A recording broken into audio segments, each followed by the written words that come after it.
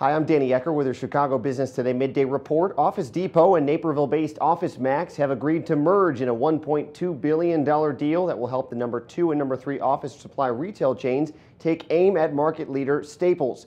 It's another benchmark in the struggle of the big box store model, which continues to cope with shoppers flocking to the web. I'm joined now by our Bridget Sweeney for some more insight on the deal. Bridget, there was some confusion this morning over the actual official announcement of the deal, whether this was a merger of equals or an acquisition by one or the other. What was the deal? There was a lot of confusion this morning. Originally, outlets were reporting that Office Depot, based in Florida, had purchased OfficeMax, based here in Naperville. That is not true. It's a merger of equals.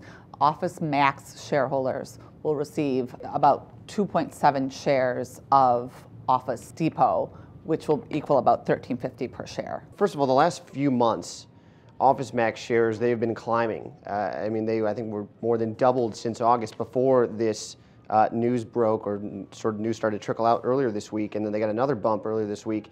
What's this going to mean for OfficeMax? You have a potential maybe cost savings here.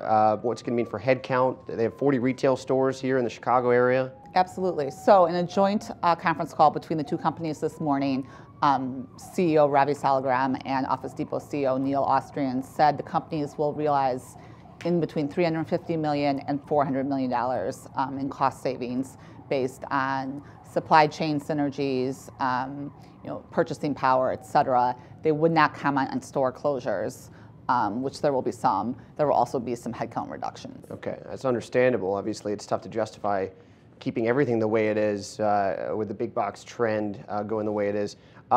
Earlier this month, you spoke with the OfficeMax CEO.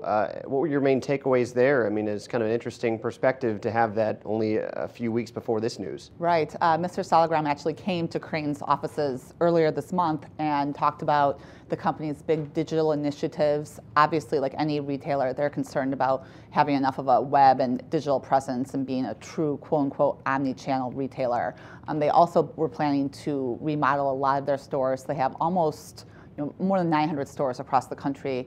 They want to close some of these big ones that are 20,000, 25,000 square feet and open up new smaller ones that are as small as 5,000 square feet. Gotcha. And the timeline for this, the merger, we could be seeing this, in the next few months? The merger is expected to close by the end of the calendar year. The one interesting thing that a lot of people kind of mention in this situation, back in '97, Staples tried to buy Office Depot. The FTC shot it down, saying it would raise prices too much.